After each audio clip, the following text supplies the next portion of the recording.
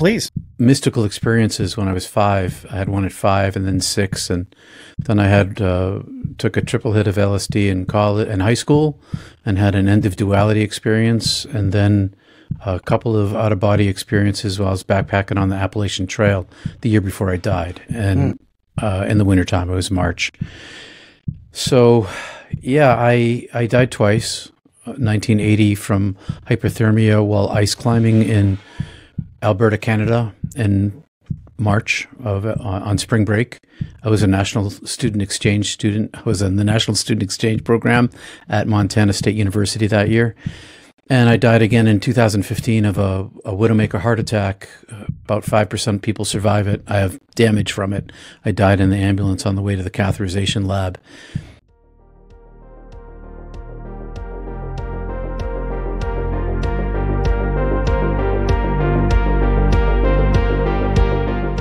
Generation X Paranormal.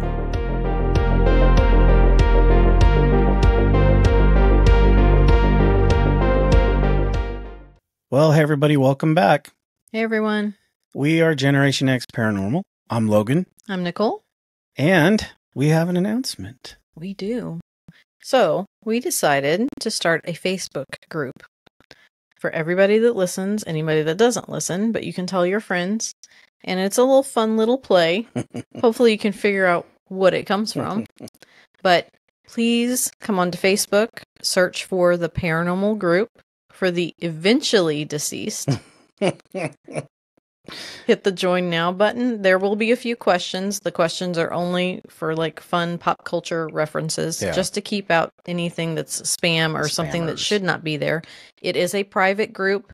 So those of you that are looking for a sense of community, a sense of someone just to, if you just want to come on and browse people's stories, that you can comment, you can share your experiences, whether they be cryptid or UFO or ghost, whatever it is. You can share pictures, you can share videos, anything like that. If you just need someone to listen, this is a sense of community. That's right.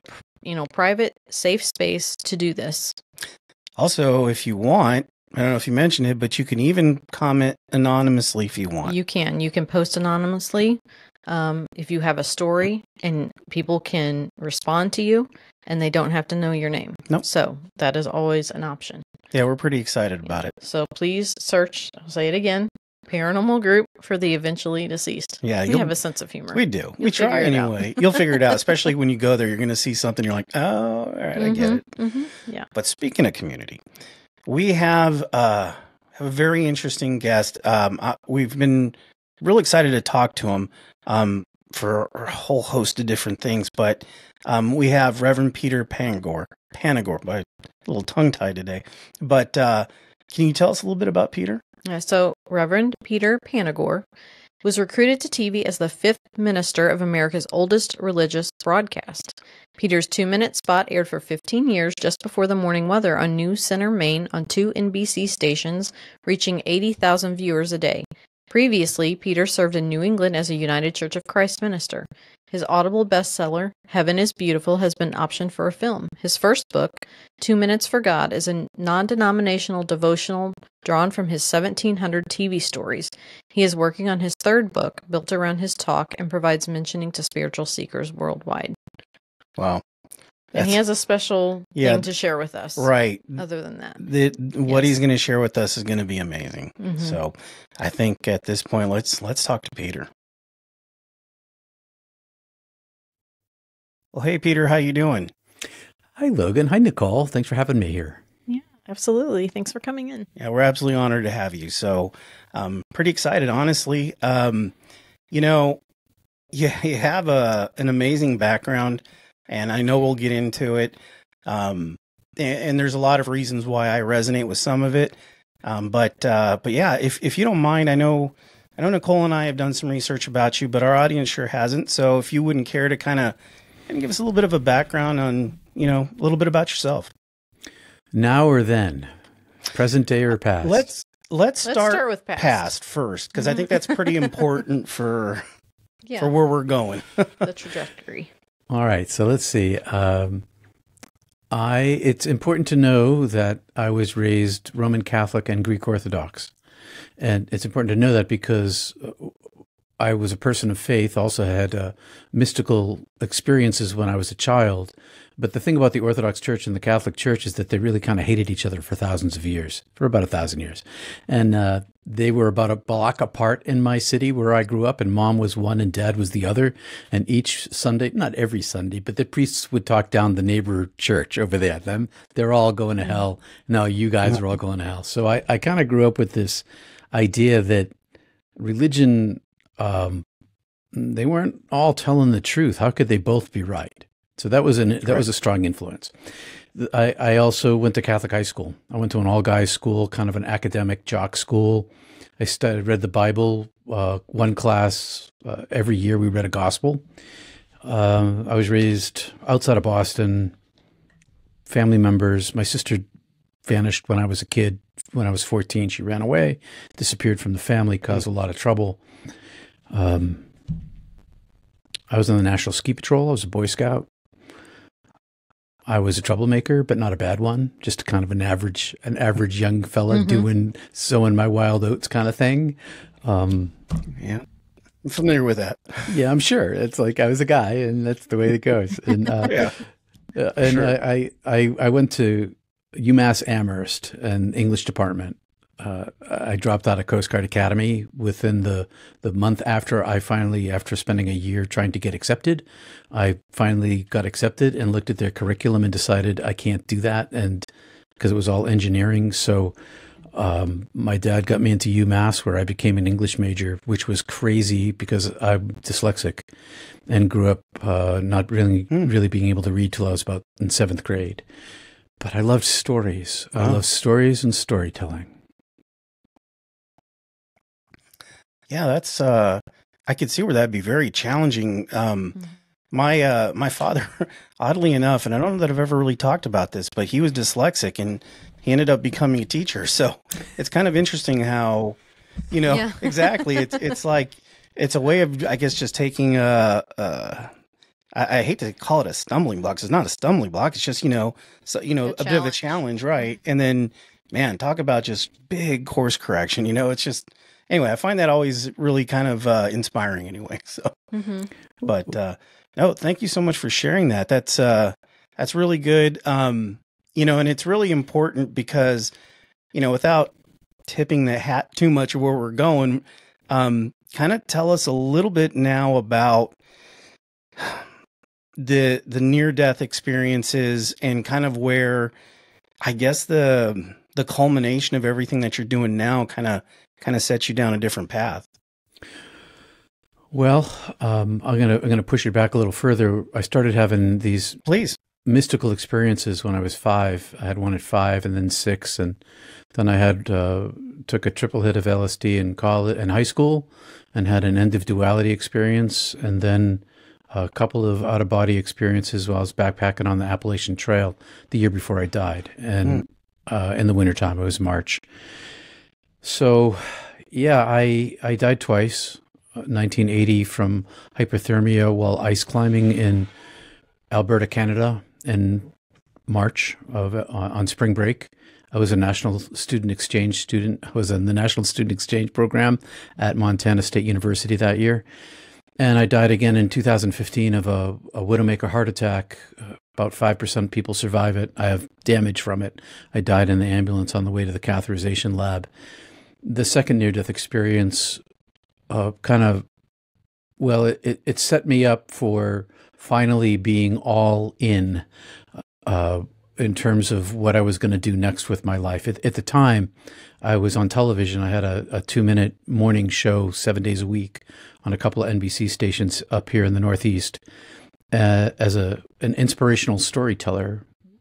And now it's Reverend Peter Panagore with Daily Devotions. We'll see you after the weather.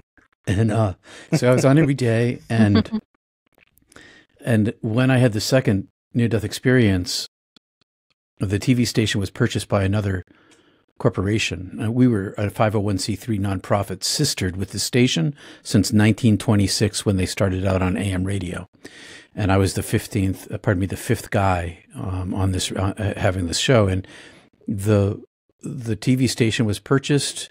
I had this heart attack. My book had just come out about my near-death experience, was being released the next month. I was in the hospital when Amazon released it a month early. And the TV station called and said that the station had been purchased and my position was canceled. They were going to phase out my job. And as a result of this second NDE, and I was literally in my hospital bed when the phone call came, I'd been praying for my death every single day since 1980. I came back from this massive near-death experience, which totally reoriented my life, changed my trajectory, changed everything about me. I became an entirely different person with the same, I was the same character, but I was an entirely different person. My behaviors, my thoughts, my decisions, everything I did. And after the second one, I chose to come back the first time, and I chose to come back the second time. Second time, I chose to come back for my daughter and my son and my granddaughter who had just been born.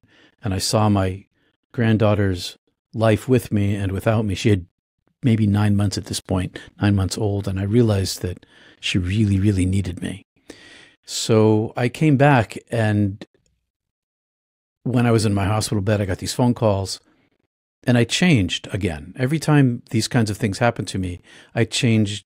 I go through another sort of like a snake shedding another layer of skin, or a lobster. I live in the coast of Maine. A lobster growing big enough and having to shed the shell, the hard shell, and grow a new one. And that's kind of what happened to me. I decided at that point that I was finally going to be, well, I was going to talk about this publicly. I knew the book was coming out. I'd also been working in New York City with a bunch of Hallmark Channel and Faith and Values Media and some Bravo stuff. And so I was in this milieu of TV production. And one night I went out for dinner with a bunch of these people who were the lead communicators from the Krishnas, the Baha'i, Reformed Jews, Maranols, Episcopalians, and we were all leaders in our field in communications, and we all went out drinking one night and dinner. And I had too much to drink. I'm not really a drinker, and I had too much to drink. And I told them my near-death experience in 1980, and they talked me into writing a book about it. And so I did, and the book was coming out in 2015 when I was in the hospital, and my show ended, and I decided that I was going to spend the rest of my life just being a spokesperson the best I could for near-death experience, because it needs to be in the public square. There's 15 to 20 million of us in the United States, just here in this country. Yeah. And we're everybody. We're the janitor, and we're the CEO, and everybody in between. There's no person that's particular about this. And we're atheists and ex-Catholics and Jews and Muslims and Baha'is and Native Americans, and it's everybody. And we all come back with predominantly two words, 70% of us, according to one study, love and light. We all talk about love and light. And for me, unconditional love and this light that is inside of everything that I see, everyone I see, and inside of me too. It left me, the first one left me with no fear of death and a desire to go back. And when the second one came around, I had this opportunity to go back. It was one of the best days of my life, the day that I died again.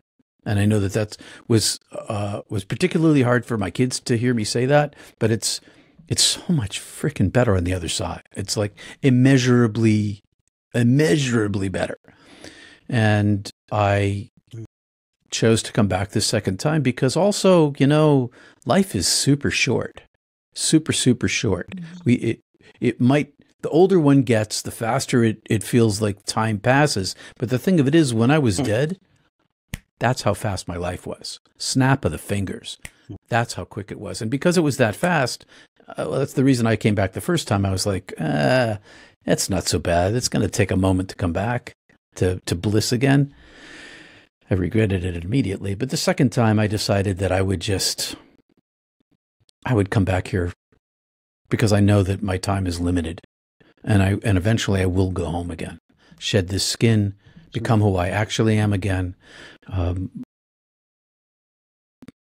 So that's a long-winded answer. No, it's a great answer. Exactly what we were hoping that you would kind of expand on. Wow, so much to kind of unpack there. It's not I mean, the love and light. That's what we hear from every person that's had some kind of experience like that. It's the same thing. Yeah, and we've had some. In fact, we've had some people that we spoke to that have had NDEs, and then we actually recently spoke with someone who had a shared death experience, which that was different. Was quite eye opening as well. I had never heard of that prior to me having that conversation, but I think part of what resonates for me, and now I guess I wouldn't have a definition of a classic near death experience.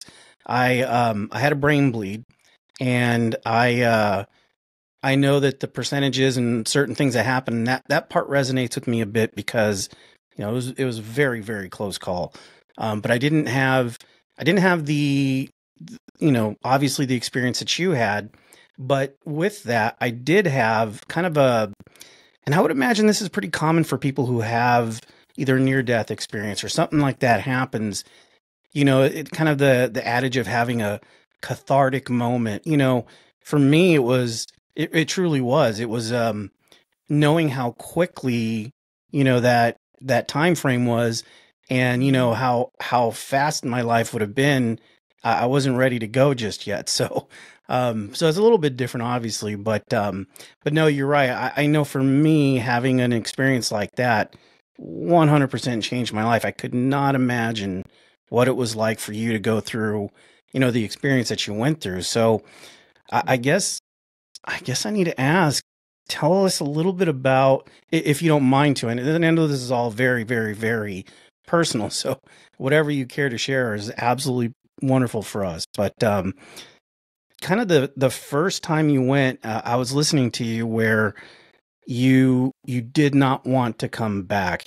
And I'm sure you'll explain kind of where that comes from, but can you kind of give us a little bit about what happened during that experience, sort of the beginning of it, and then kind of what your experience was and why you were basically what made you not really want to come back? Why are you reluctant? Well, I wasn't, I may perhaps misspoke. I chose to come back the first time.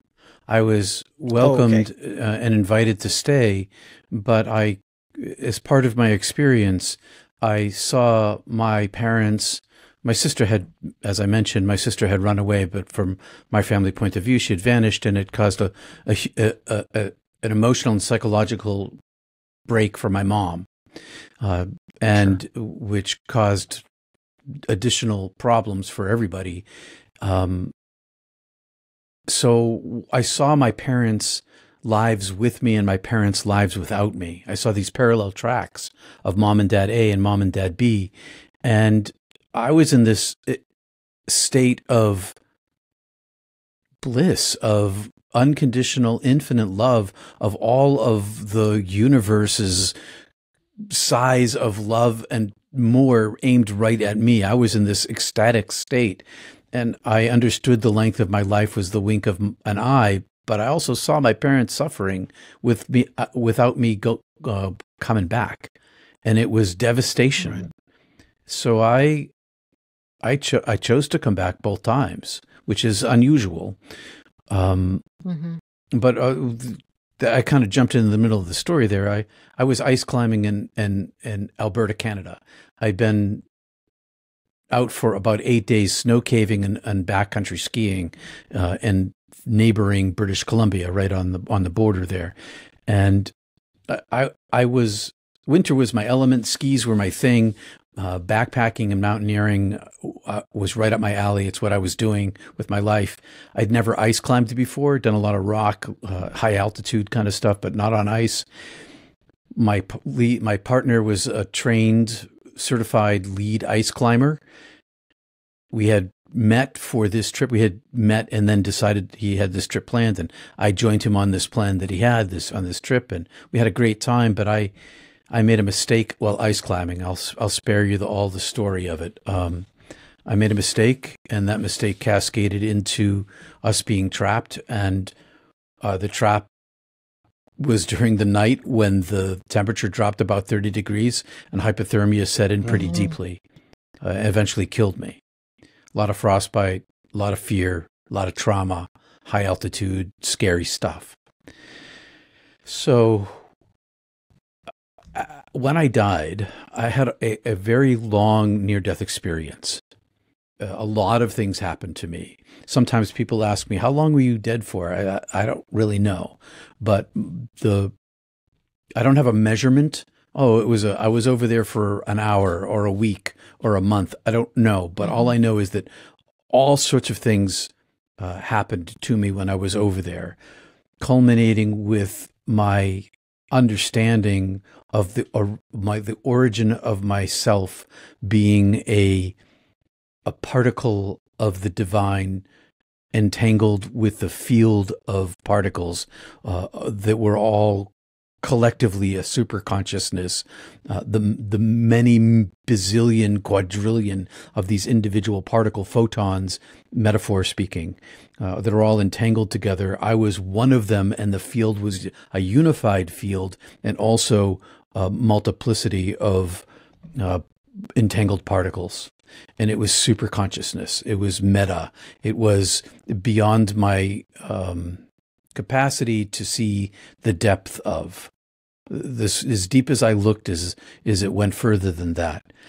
I experienced this state of communion where I was expanded inside. It entered into the light, entered into me, and blew me up like a huge dirigible. And a combination of love, bliss, paradise, knowledge, joy, understanding, mercy, intellect, forgiveness, adoration, bliss, awe, truth. And they were all one thing. All these separate things, they were all one thing. And I expanded to a limit of my self capacity. And this isn't my Peter person self, the physical part of me, my brain, my body, my life was gone.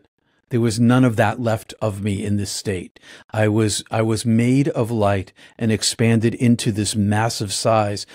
If I felt like if a little bit more, one more particle was added to me, I would have obliterated back into the infinite itself, reformed as inside the infinite, as a complete portion of it, and not in this state of communion where I was both the divine being and somehow this tiny little bit separate from it.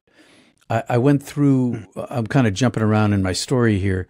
I saw a lower part of myself, experienced a soul level of myself, the part of me that has incarnated into multiple, many lives, and all of those lives were existent. I could see that I was still living in those lives, even though there was this chronology of time and all of those lives that had ended in those worlds, but I was still alive in them because I was in this state of timelessness, looking down at this soul level of myself, inside of which were all these incarnations.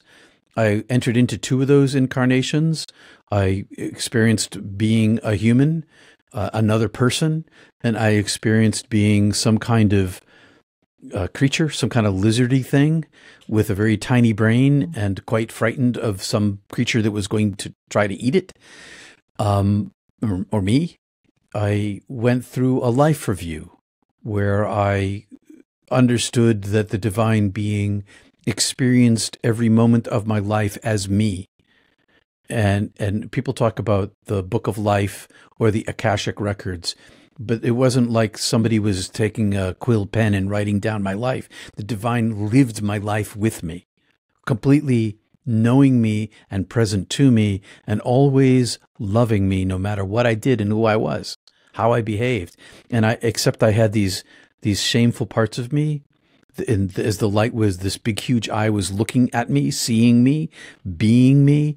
I had these shameful parts of me that I tried to hide put it behind my back, but I had no way to put it. And as I recognized these shameful parts, I entered into them and then experienced all of the pain I'd given away in my life from the point of view of everyone I gave it to as them, simultaneous to being the person I had been, experiencing all the reasons I had caused this pain.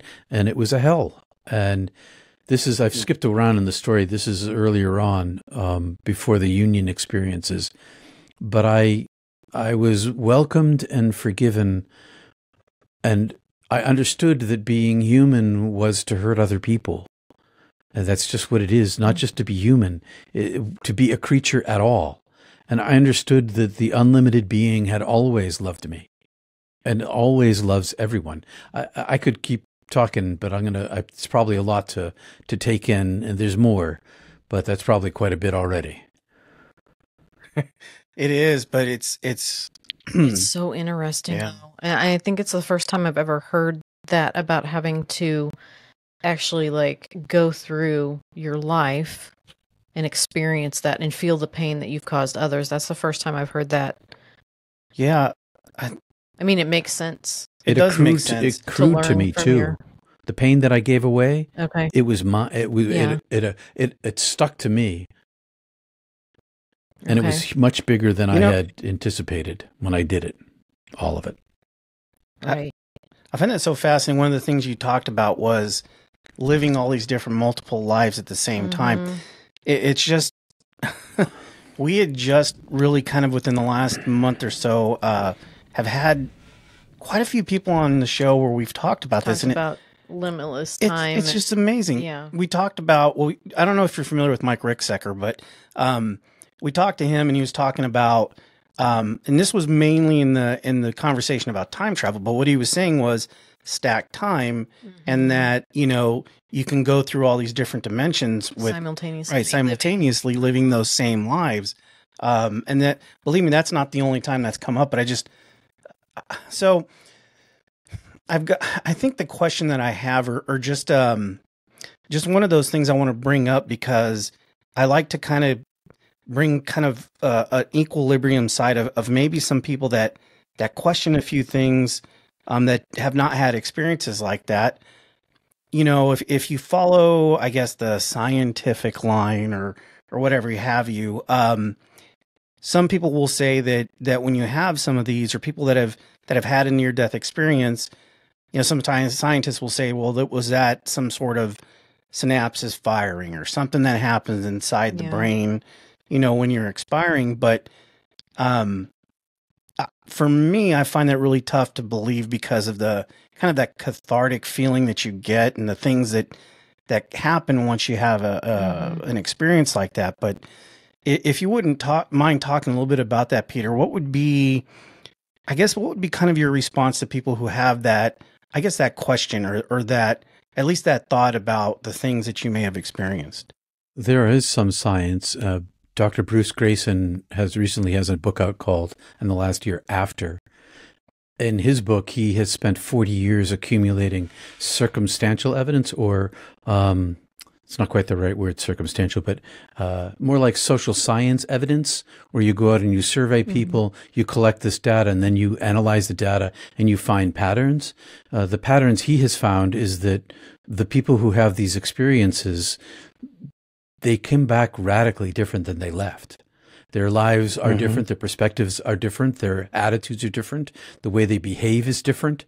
And that he's reached the conclusion, and he came into this study 40 years ago as a skeptic. He's reached the conclusion that they're real. There's another guy named Dr. Sam Parnia, and Parnia is an anesthesiologist in a cardiac lab. I think he's on Long Island. He works out of England as well. He's done these 3 studies so far called the AWARE studies. He noticed people in his laboratory, in his operating room, were coming back telling stories about NDE. And so he began these 3 studies where he's wired up people to the electrodes and measured their death, and then had conversations with them about it. In his last study, and I have it here on my computer somewhere, which came out about a year ago, and I can't quote it exactly, but the conclusion was, these people, there's something going on here and we don't know what it is. They don't. Yep. Science really doesn't know. Any doctor who says, "Oh, it's a synapse," well, they don't really know yet. That's bad science. They have not proven that yet. So my response is, keep going, scientists. Let's keep digging around and finding out whether I'm the crazy one. Because the more that you find out, the more you'll discover that 10 to 20 million of us. That's a lot of evidence. And it's not in the evidence because NDEs are so subjective. They happen to us, and then we come back and we're different. And people say, what happened to you? And I kept my secret for 20 years because I didn't want people to think I was nuts. I couldn't hide my behaviors or the choices I made. I was going to go. I had spent my childhood. I got a pencil in my hand. I'd spent my childhood pushing a pencil at my dad's architectural office. I'd worked in construction all the way through college, high school, not all the way through high school, but all the way through college. I worked in construction. And I was going to go to graduate school in architecture and join the family firm. And I came back from Montana and I'm like, I'm not doing that. I can't kill the birds. I can't mow the grass. I love the trees. And my parents are like, what the heck? And then I went off to divinity school, and I went to divinity school to study mysticism because in my English degree, I exposed to Emerson and Thoreau and Melville and the romantics over there across the Atlantic. And they were all talking about the Upanishads and the Vedas. And I was like, these people are my people. And so I went off to go study these mystical teachers, ancient ones. And it blew my parents' mind. I mean, I wasn't out of the closet. I never told them for 20 years, but my behaviors, I couldn't hide them. And that's just the tip of the iceberg. So my only evidence is my life, the way I've lived my life and the things that I've done in my life. And whether people believe me or not, the only reason why I kept it a secret is because I didn't want people to think I was crazy. Not because it wasn't real. It's just because I didn't want the hassle of losing my career or my family or my friends. So I just zipped my lip for 20 years about it until that night, in New York City. That's not 100% true. I had come out of the closet. I was a Congregational United Church of Christ minister. There was a huge embezzlement in the church. I fought for what was right, and we caught the perpetrator, and we caught the colluders who apparently had been embezzling money for the previous decade, and we kind of cleaned up the whole town. And in the end of all of this, people, the deacons were like, how did you put up with what we did to you for all these years? And it was terrible. I mean, it was bad. They tried to ruin me personally and professionally so that I could never get a job anywhere else. It was bad. And I told them finally, I trusted them, and I was like, well, maybe I can finally tell them the truth. And so one Sunday morning, I told them my near-death experience. And being truthful was this big relief for me. But then, my folks didn't believe me. I was afraid people were going to think I was crazy. But as it turns out, the people who love me still love me. And absolutely. So it's worked out okay. No, I think I'm so grateful for that, and thank you for that answer. That's perfect. And to be honest, I find that interesting in so many different ways because when it comes to, okay, let me backtrack just a second. On this show we talk about ghosts, UFO. I mean, anything that's I've seen ghosts and UFOs, and I've had a shared death experience. I'm sorry to interject there, but I just throwing that in there. Like I said, we are open for them here. Well, what's interesting is usually one person has something. Yeah. They tend to see other things. Oh, for sure. So like once you open that veil, like everything just comes to you, which is what we're finding. Yeah. Speaking to a lot of different people. I know, but I agree. And what I was going to say is, we've talked to so many different people, and the one thing that is very common with everybody is that nobody's benefiting from just putting that out there. When you say you've seen a UFO, or when you say you've seen a ghost, all these different things that aren't seen as, in that container of normalcy, you're putting yourself in such a vulnerable position that you're not going to gain anything from that, unless you're the ghost hunters and you're making millions of dollars or something. But, you're putting yourself in a very precarious, vulnerable position. So, I always find it interesting that people are just like, well, that person's just crazy. Well, okay.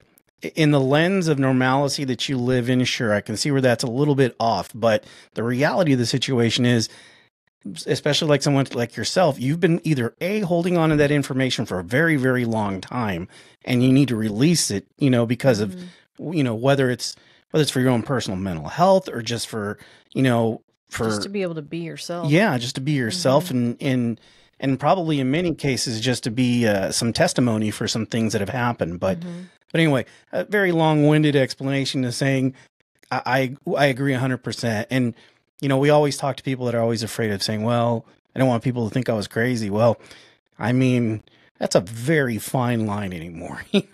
Well, and that's the main reason we started this podcast, because people need to be able to hear, even if in their privacy of their own home, that there are people out there experiencing the same thing that they are experiencing, and they can see that that not everybody's crazy. And then maybe they'll feel comfortable enough to be able to speak about it to their family or their friends or anywhere else. Yeah, and feel like they have a community basically to be a part of. 100%. Yeah, so, I kept my UFO experience a secret until the Navy came out with videotape from like the and it's like, if they're okay, I can talk about it now. But yeah, but you're right. There's nothing to be gained from this. There's only risk at loss. Yes, right, absolutely. And it's so funny because like I said, we've had so many guests on where after the cameras are gone and after we're just talking, waiting for things, we're just like, I had nothing to gain from this. It's like, anyway, I could keep going on that, but okay. So there's the first near-death experience, and you chose to come back because of obviously family and things that are very impactful for you, and I can definitely understand that. I totally understand that. Yeah. So if you wouldn't mind kind of getting to where the second one happened, or how long? Well, you actually said it was some time between, correct? A long time, 1980 and 2015. And in between, right. there were other mystical experiences, and I cultivated my experience. I was afraid I was going to lose it. I kept it a secret from everybody, except for my wife and a couple of friends. I cultivated it through centering prayer practice, which is a Theravada Buddhist combination practice with Christian mysticism, developed near my high school. Went to this Catholic high school, monastery nearby, began that meditation practice, and the Kriya Yoga, which I found through Paramahansa Yogananda's Autobiography of a Yogi, and the Yoga Sutras, which are about 3,000 years old, by Patanjali. And I used those techniques to cultivate a space inside myself in order to reconnect to the divine presence that I felt exiled from. I was pretty upset that I had made this choice, like I had made the wrong choice to come back, and all I wanted was this one thing that I had lost. So what I mean by saying all of that is that if you've had a mystical experience of some kind, one can cultivate a space for it through practices of non-attachment and, for me, Kriya Yoga. Okay. So it's like a form of meditation. Yes. And my goal was bring heaven here now, because I was a fool to walk away. Great way of saying that. Yeah, that would be hard. That would be hard. To experience, we don't know, but to experience something like that and to come back for someone else, like for your family, but then, like seeing paradise and then coming back here. Yeah. I mean, it would be, I know for myself, kind of the way I've been brought up and family ties and things like that, it'd be very difficult for me to leave my family in a position like that. So yeah, I feel the same. Yeah, I completely understand. You mentioned your family, and I would imagine obviously they gave you great support, but were you even reluctant kind of in the beginning to share it even with family? Oh, I didn't tell them for 20 years. Nobody. I told my wife the day after we got married.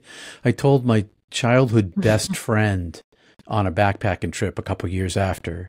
And then there was this incident when I was at Yale, right after I got married to my wife, where I had a 3-day samadhi Kundalini awakening experience that, from the exterior point of view, looked like I had, lost my marbles. but really I was in the deep throes of this ongoing mystical experience, and I had to tell a third person because I didn't want him to think I was nuts. And these people are still my friends, so they didn't like ditch me as a result of this. And I'm still married to the same woman. She's right over there in the house. She stuck by. Awesome. She did, but it was touch and go there in the beginning because these near-death experience in my life has made me more, as you mentioned, more susceptible to multiple experiences. And so I've had a long series of other mystical experiences and other stuff like, ghosts and UFOs that my family has witnessed. But no, I didn't tell my mom and my dad or my brothers and my sisters. Not for 20 years. I kept my mouth. Wow. Because of what happened in my family as a child, I learned how to keep a secret. And so I used that skill, the compartmentalization skill, to keep this a secret. It was bubbling out all over my life. I couldn't hide the fact that I'd changed my career and that I was making choices that my family couldn't understand, and I wouldn't tell them why. But I wouldn't tell them why. No way. Right. That's quite amazing because you think about, you have this amazing experience and all these things that come with it, and then you've got to bottle it up for 20 years. And as parents, you always know something's going on with your kid, even if they don't tell you. So I wonder if all those years they're like, something happened. They totally knew. I asked them later, and they said, yeah, we talked about it. And it wasn't that you were an unkind person before, but afterwards you became really compassionate, like over the top. Right. To us, who you previously really didn't like much. Kids and their parents. Exactly. Yeah, I can think of so many different things that I've done to my parents and said that I just my kids, especially as a teenager. Yeah, right. Oh, man. My father has passed, and there's so many things that I wish I could say to him and be like, to take back. How in the world did you not strangle me? Because I was rough. My mom's still with us, and I ask her the same thing, and she's like, I don't know. But they always know, though. Yeah, they do. And especially, you talk about kind of the social structure that you're in. I mean, I gotta imagine, especially being like an Ivy League school and all these different things, and that's so much of a pressure cooker and expectations that having something like that. I mean, I'm sure anybody who goes through it and has to hide it, it's an awful lot of thing to have pressure on your shoulders for. But that just seems like a much bigger. You start compounding all these different social, at least societal views, especially like an Ivy League structure. My goodness. Well, those of us, especially that have had, experiences, no matter what they are, it changes you. Oh, yeah. And you can't just go about daily life like the typical people that don't have these types of experiences. You think about things differently, and it's hard to just go back to that. You just can't. And so I get that. Yeah, there's it's a little bit crass, but there's a guy I used to watch all the time. Remember Dirty Jobs, the show? Yeah, Mike. Mike Rowe. I was at a Cisco conference. Anybody knows network engineering knows what I'm talking about, but it was a Cisco conference, and he said something that I'll never forget. Again, it's a little crass, but he says, you can't put the poop back in the goose. And that is what, right. When something like that happens. Where are you going with this? Yeah, you can't change that now. No. You can't think about things in the old way, basically. You can't. Wow. Nope. Oh. No, I was definitely the oddball at the div school. I was the only one doing yoga. I was frequently barefoot. I had a disregard for the social niceties of particular clothing at the time. I've since adapted. All right. Okay. I got my collared shirt on.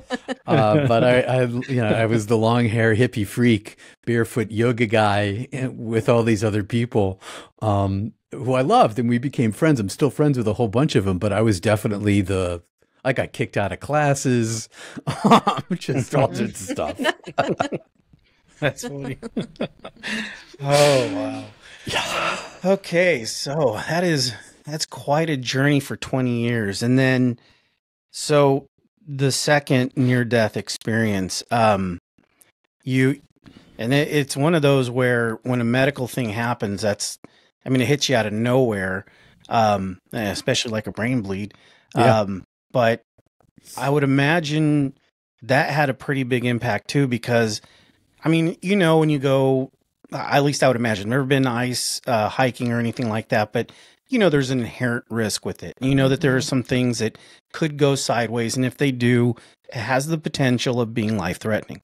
That kind of going in, not that it's going to prepare you at all, but you kind of have that at least in the back of your mind. Now, I would imagine, the heart attack was in such a left field that came out of nowhere. Obviously I'm sure it had a profound impact, but if you wouldn't mind, kind of tell us a little bit about how, when you had that event happen, and obviously the second near-death experience, how that, was there a difference between the two? I'd imagine there was, but how did that change? Well, the heart attack was out of the blue, but it had killed my grandfather, nearly killed my dad, eventually killed my sister, the one who had vanished. She had died several years before. Everybody in their 50s. So I knew that we had this thing in my family, but I'd been a vegetarian for 20 years, and I had run 5K the day before. So I was Mr. Superfit. Wow. But it didn't make a difference, because the doc told me, you've been making cholesterol since the day you were born. So just a genetic predisposition, And, genetic, yeah. What are you going to do? Exactly. And one word about risk taking. I've definitely been a risk taker my whole life. Lots of things that I've done, sports wise especially, have been. I tried to control the risk. Ice climbing was just one of the things I did. So sure. But I also tried to control every factor that I could control to protect myself.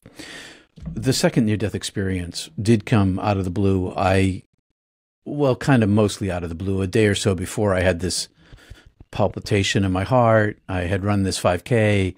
I was on Cape Cod visiting my parents, and I was like, geez, that was a terrible run. Why do I feel terrible? And the next day I drove back to Maine, where I live, and I went to this yoga class, and I had this heart attack in my yoga class. Oh, wow. Wow. I left the class. I had when I was younger, I had been an ambulance attendant, a volunteer ambulance attendant. I lived on an island off the coast, and I was one of the ambulance guys. And so I knew that I was having a heart attack. It's like, I'm Mr. Superfit. This can't be bad. So I got up and I left the yoga class, and I went down and I lay down out in the grass outside, and it became deadly. But as it was going on, I was lying in the grass thinking, oh my God, it's the day I get to go home. I did not wake up this morning thinking, today's my day. I was ecstatic, actually. And I was going to go. And then I thought, I should probably try to save my own life. I should probably get to the urgent care center, and my kids and my wife and the baby. But I couldn't get up, and because the pain was too intense, I just couldn't do it. So eventually I got transported to the urgent care center. That had 100% blockage in my widowmaker. 5% of the people who have these survive. It's a death sentence. By the time I got to the urgent care center, by the time I left the urgent care center, I was past my golden hour of survivability. And they gave me a shot of a decoagulant to make a trickle through, maybe make a 3% trickle through. I think he was making that number up. And I knew, by the way, I knew the doctor and the nurses, because I live in a small town. Everybody knows everybody. I know all these people. And I could see on their faces that they were super concerned about me, that they were going to lose me. And so on the ambulance ride down, I didn't take any morphine, because the morphine makes me sick. I'd had some other surgery, and I knew that morphine's not good for me. So I was meditating to control my pain. And there's this thing about meditation, is that if you practice with a little bit of pain, like Princess and the Pea, you sit on the pea and you feel the pea underneath your butt. If you concentrate on that particular spot, or you have a sciatica or something like that, and you bring your mind to your pain, you can actually separate yourself from your pain, provided it's not 100% pain where you lose your capacity to think. And so I was meditating, holding my pain away and managing my situation in the ambulance. I live about an hour and a half from the catheterization lab. So the doc had told my son on the way, the doc had told my son before I left the urgent care center in my small town that I was going to die on the way and he better say goodbye to me. And he did. And I did. I died on the way. I heard the paramedic radioing in. We're losing him. And so I opened my eyes and I looked up at her and she had panic on her face, like I was dying in her care and she was going to lose me. But the pain came back so fast, I had to dive back into myself because I couldn't handle the pain. So I went back into myself to meditate. But when I went back into myself to meditate, I was not in my body anymore. I closed my eyes and I was out of my body. I was in the it was as if my body was this deep cavern and I was in the outside of the cavern, and I knew that I was in the ambulance, but I couldn't hear the paramedic anymore and I couldn't see the ambulance. I was in the tunnel, the dark, kind of the beginning of the tunnel that people talk about. And the divine entity that had come, I didn't even tell you about the angelic intellect that had come to collect me the first time. The same angelic intellect, the orb of consciousness, came to collect me the second time. And it was speaking the first time it took me, and I was in full resistance. I'm not going with you, and it took me anyway. The second time it was all full of niceties and invitations. Come to us, we've been waiting for you. And I just started to go with it. It came down and collected me, and I was paralleling it. The first time I was enveloped in it. The second time, because I was like an escaped prisoner. The second time I was a willing participant.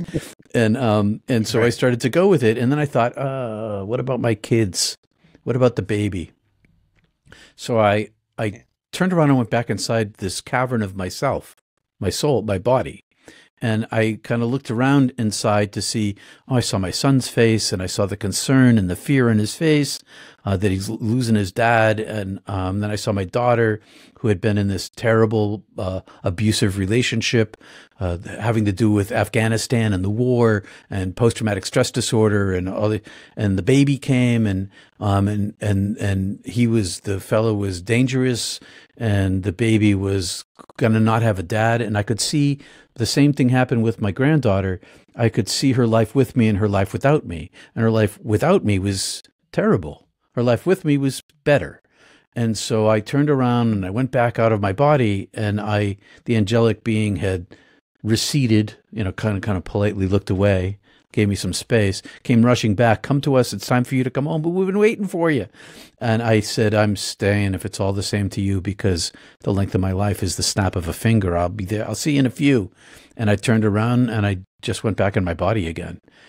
And I woke up at the catheterization lab, just outside the building of the ER, and went through the surgery.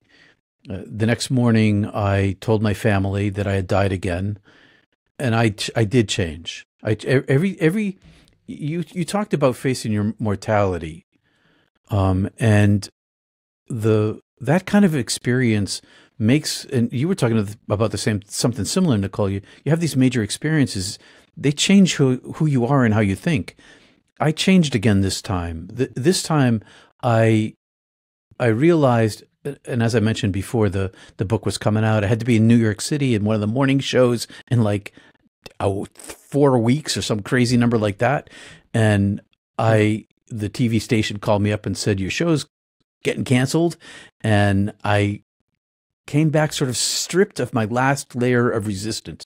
So I've been keeping this a secret. I've been masking most of my life, trying to not really be as eccentric as I am, so that people would continue to be my friends and my family and not lose the potential for a professional life. It was a big risk for me. And finally, that last layer of resistance was stripped away.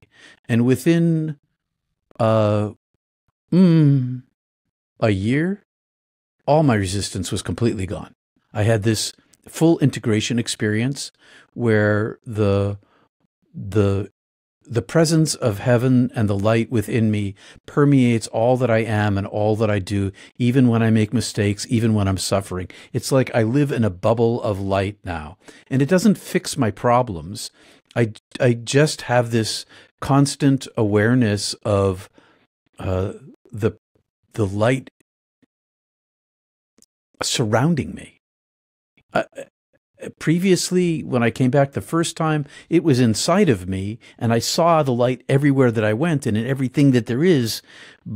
But this is more like a bubble that I live inside of now, and I chose at that point, against the wishes of my family, to not go back into the church again, because the church for me I was a good minister. I did a good job. I'm going to say that, and I'm not bragging, because I did not like my job.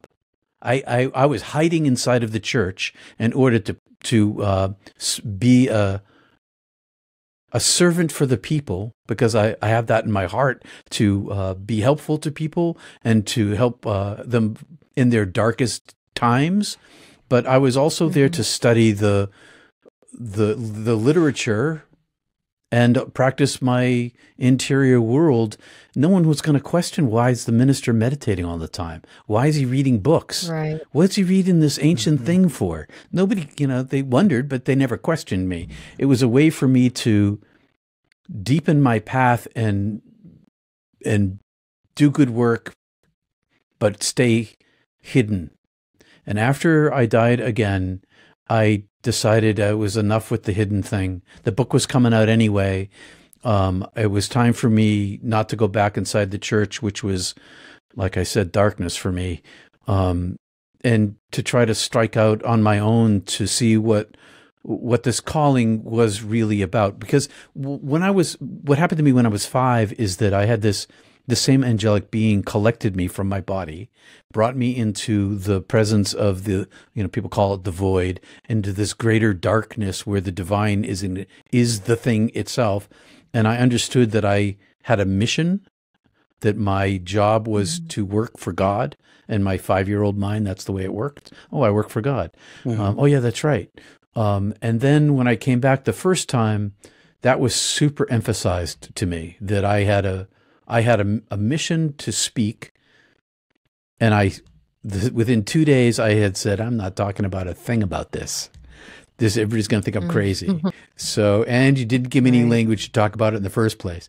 So I spent most of my life trying to massage my inner experience and learn language to talk about it.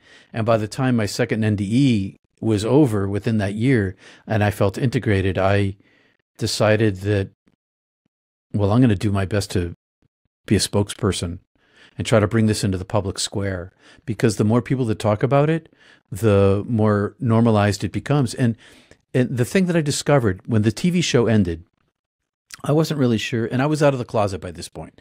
So I was on the show on my own. I had my own 2 minutes in the morning, and to my audience, which was like 30 million people a year, I told them that I was a near-death experiencer.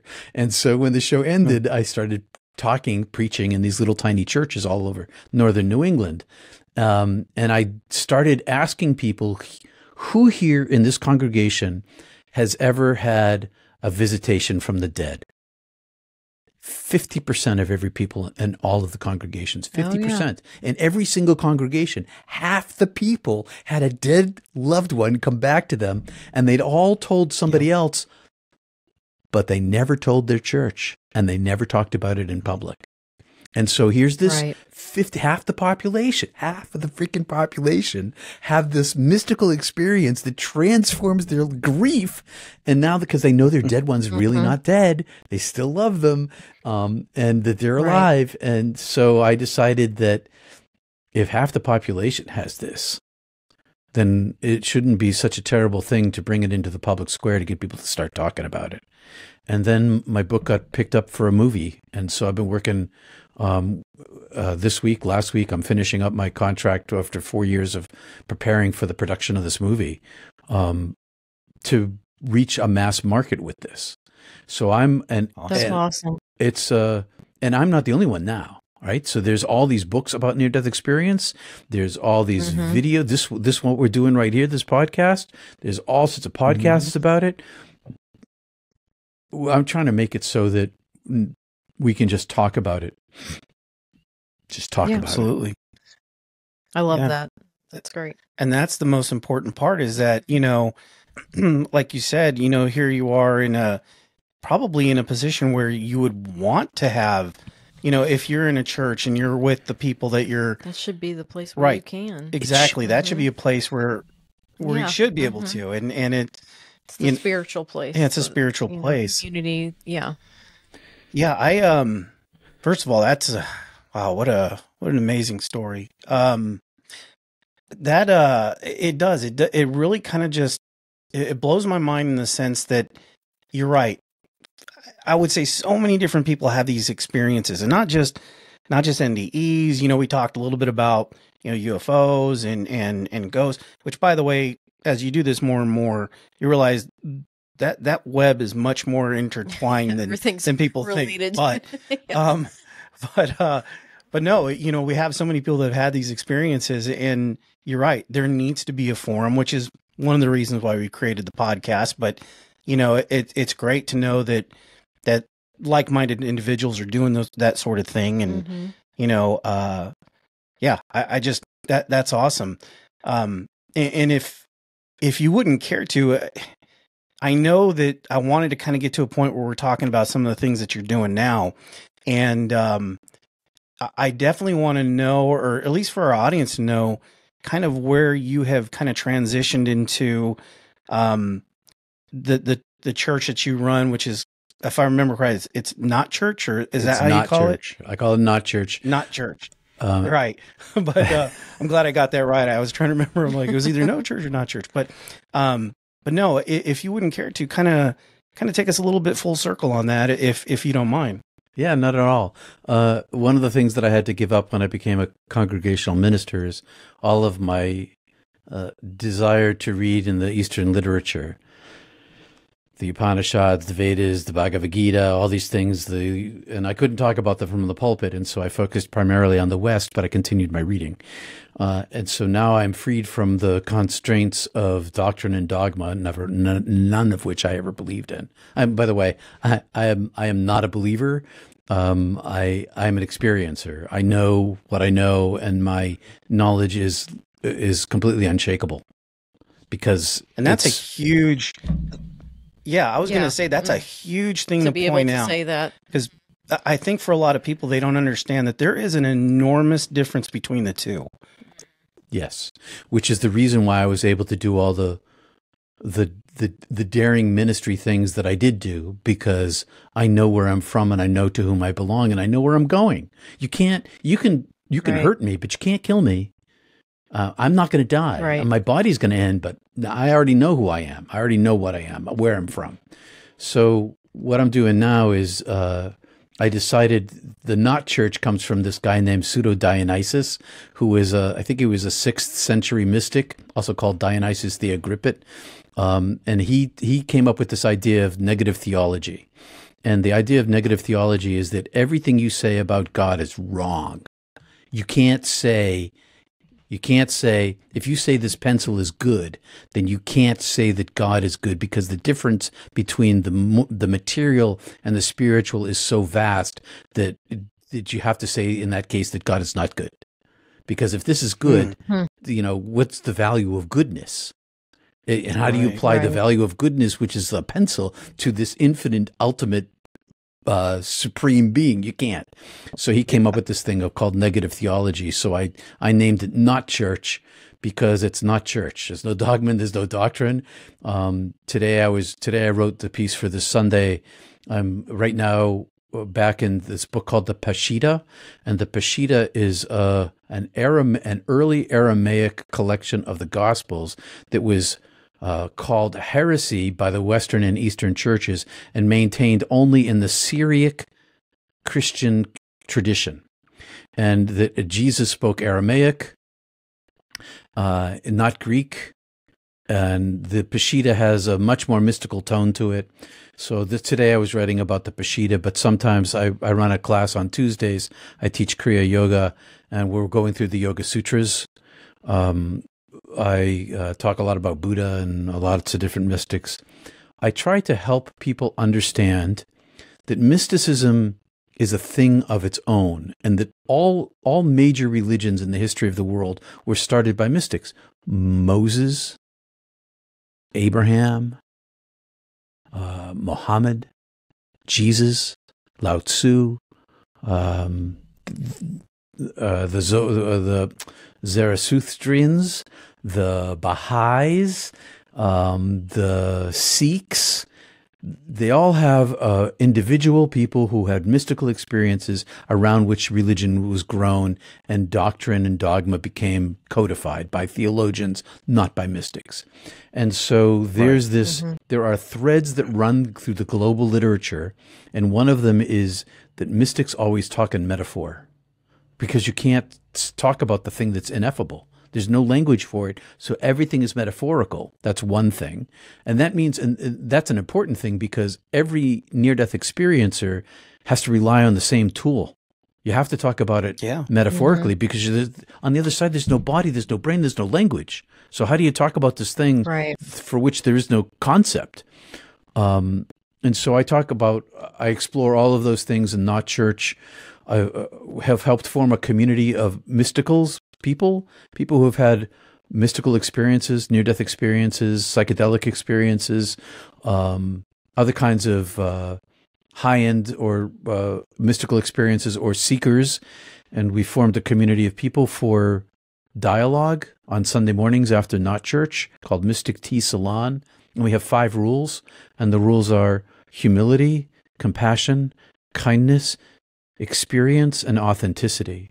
Because every mystical experience, large or small, leaves noetic knowledge locked in the soul as a mark of the experience that means wisdom. So everybody gets a little bit of wisdom. And so we have a community forum of crowdsourced wisdom. I teach meditation on Mondays and Wednesdays, and Kriya Yoga on Tuesdays, and I do a lot of counseling. I help people. When I had my near-death experience in 1980, nobody knew what it was. I mean, nobody in the public knew. Moody had come out with his book, but there was no internet, and there was no YouTube to go turn to. And I didn't even know what the name of the thing until 1986, 5 years after it happened to me. I wanted to form a community, because when I was going through it, I went through all of it by myself. I had to figure out how to integrate on my own. So I help people integrate. I have a counseling service that's global in size, and mystical experiencers, near-death experiencers, people who've had major spiritually transformative experiences that they don't know what to do with. How do they adjust? How do they integrate? Now everybody thinks I'm weird. I'm getting a divorce because I came back as a different person. How do I deal with this? I also deal a lot with suicidality and grief. Yeah. That's great that you're doing all that, though. Yeah, that's, there's... People definitely need more of that. Well, yeah, and community is so important for, not just for that, but just in general. Yeah. Going through something like that.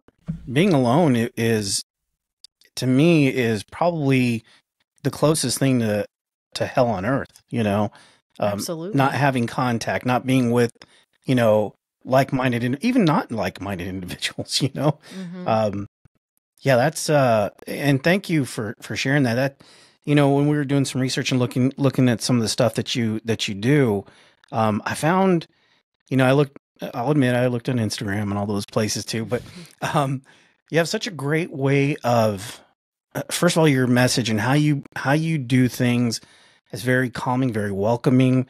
Kind of truth be told, I was never really raised, at least in traditional church or anything like that. But I was always very spiritual. My father is Native; he was Native American, and we didn't really follow, the regular Christ-based. I say that 4 times too fast. Religions or anything like that, but the one thing I always knew is I was very spiritual, and I think it's important that the distinction of the organization versus spirituality and things like that. But that's great. I think what you do on your website and all the different places that you do what you do, it's great to have that kind of community for people to turn to. Yeah, that's amazing. So kind of, wrapping everything up a bit. Actually, no, take that back for just 1 second.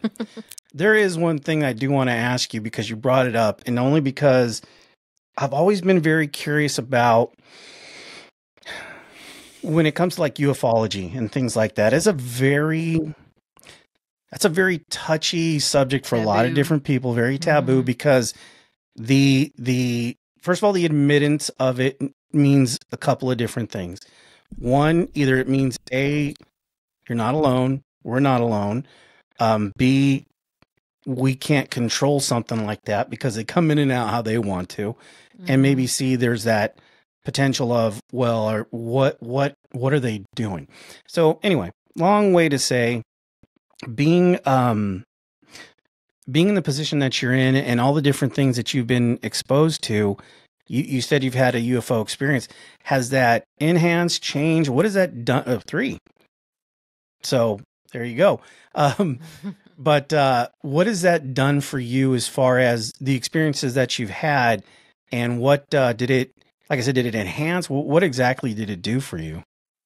Well, one of the things it did for me, and my first UFO encounter was a rather lengthy one with 4 other guys in a car. We chased it for a long way, miles and miles and miles, and made a right-hand turn at 90 miles an hour without decelerating. It waited for us and then shot off like a streak of light into the atmosphere. And that was after it sat above us in total silence. And it was like the size of a football field. And so at that point, I realized we don't have the physics to do these kinds of things. And this is, I was right out of high school at this time. I was a camp counselor out in Ohio. And I thought to myself, well, I guess the book of Genesis is wrong. We are not alone. We are not the pinnacle of God's creation. And I think that that's a very large problem for literalists that they're going to face when they understand that we are not the pinnacle of God's creation and we're not the top of the heap. Human beings. We are not. Right. We're just not the top of the heap. And that means we're not God's chosen ones. And what that means is that if this one thing is not true, and their entire perspective is based in literalism, if this is not true, then what else is not true? And it's going to create a catastrophic crash in literalism. And what it's going to do, I think, is it's going to open up an opportunity for all the rest of the spirituality that's not dogmatic. In near-death experience, there's bazillions of us around the planet now, and we're all talking to each other. So that's one thing. And the other thing is,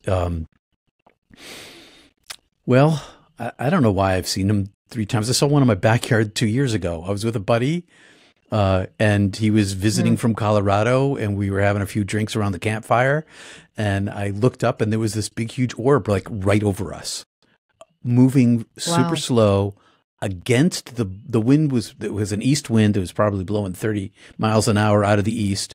There was a layer of wispy clouds, a moon above that, and it was between the oak tree and the clouds, and it was moving in this straight, steady line right into the wind, like right steady into the wind. No visible means of propulsion, a complete round orb, and then about 8 or 9 months ago, maybe a year ago, I was again, my dad had passed away, and we were trying to move my mom into assisted living, and I was on Cape Cod with my brother trying to help this, and we're driving past the Hyannis airport, and one of those triangular ones with the lights underneath it, it flew over us, just like right over us, going super slow again. So like I said earlier, I kept this a secret until the videos started coming out off of the San Diego event. And I thought, well, geez, if the Navy's talking about it, then I can talk about it. Right. So for sure. So, Exactly. I don't have a tinfoil hat. I think it's ludicrous to think that there's only one species. This is a very large universe. I saw this picture from the James Webb Telescope. It's making the rounds. It's a square. It has 10 quadrillion galaxies in it. Galaxies. Just I have seen that same photo. Yeah, exactly. It's mind blowing. I think that good thing. I think it's a good thing. It will be a good thing for Earth, provided the wicked ones don't come to take us over. It's always been the history of humanity is that when a nation colonizes another place, it goes badly for the colonized people. That's just like the way it is. Right. And so, but maybe not everybody in the universe is like us. Maybe not everybody's selfish. I tend to agree with that. I think that, and this is my personal opinion, and I am not, believe me, I'm not an expert on this at all, but I think that very thought process is a human construct. I don't think I pray it's not a global construct. Well, even just go by the amount of stories that we've heard, 95% of them are all positive interactions. Yeah. And those 5% that are not, they're kind of like it could go either way. Yeah, it's like they're not definitively like negative. It's very subjective at that point. Yeah. Well, I'm glad you brought that up. Oh, go ahead. I'm sorry. I was gonna say it's what it's like in a small town. Yeah, everybody's a good. We don't. Most of us don't lock our doors where I live. Leave our keys in our car, right? Because it's there's the few people who are not so good, and we all know who they are. Right. But most everybody's pretty good around, and maybe that's true universally. I certainly hope so. Yeah, we hope for. Yeah, that is definitely what I hope, and I do honestly believe that. Yeah, I think so. Peter, I'm not going to lie. I could have you on this show for another 8 hours. You're just so fascinating to talk to you. Kind of wrapping it up. Where can our audience reach you? Now, I know I mentioned the Not Church and things like that, but I have a feeling this is going to be one of those episodes where there's going to be a good amount of people reaching out. So where can they find you and how can they kind of get involved with what you're doing? PeterPanagore.love. PeterPanagore.love. All my social medias are there. I'm on Instagram and TikTok, and I do most of my work on not on Facebook, but I'm there as well, but on YouTube. And by email, if you want to book an appointment with me, I'm available 3 or 4 days a week, and just book a time with me and we could talk. I'm gratified and thankful that you guys invited me on your show, Logan and Nicole. I super appreciate it. It's been a pleasure for me, and I love conversation. Yes, same here. And absolutely. Whenever you and anybody who knows that does this sort of thing, that a lot of the times when you talk about this sort of thing, sometimes it can be a little rough because everybody has a different perspective.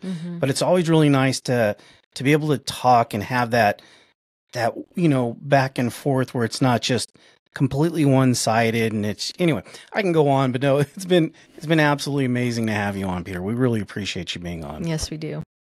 Glad to be here. Thanks for having me. We're going to let you, thank you for coming. All right, we're going to let you go, and we'll see you soon. Wow, that was amazing. Yeah. Yeah. There's so much there, but fascinating. Absolutely fascinating. Yeah, and I think part of the reason why, and in case you guys hadn't noticed, we probably could have, like I said, talked to him for the next 8 hours, but I think he's got that ability to not only just to tell his story, but just to be able to talk about things. And again, guys, I know that this kind of touches on religion, and there could be some folks that doesn't resonate with, and that's okay. That's okay. But I think what the important takeaway maybe would be, the experience. you know, and the things that he brings to the table and the different things that he can speak to. And hopefully that resonated for you if you're not, you know, if things like religion either make you uncomfortable or, you know, you're just not, it's just not the path for you. Again, that's fine. It's just the takeaway I would hope would be that. Yeah. And I mean, if you listen to what he actually said, there is a whole thing about feeling God, feeling love, feeling light. Something that I picked up on with the heaven and the, you know, hell aspect is he even said the word, like he felt all this love, but then when he was forced to go back and look at all the pain that he had caused, he had to feel that pain.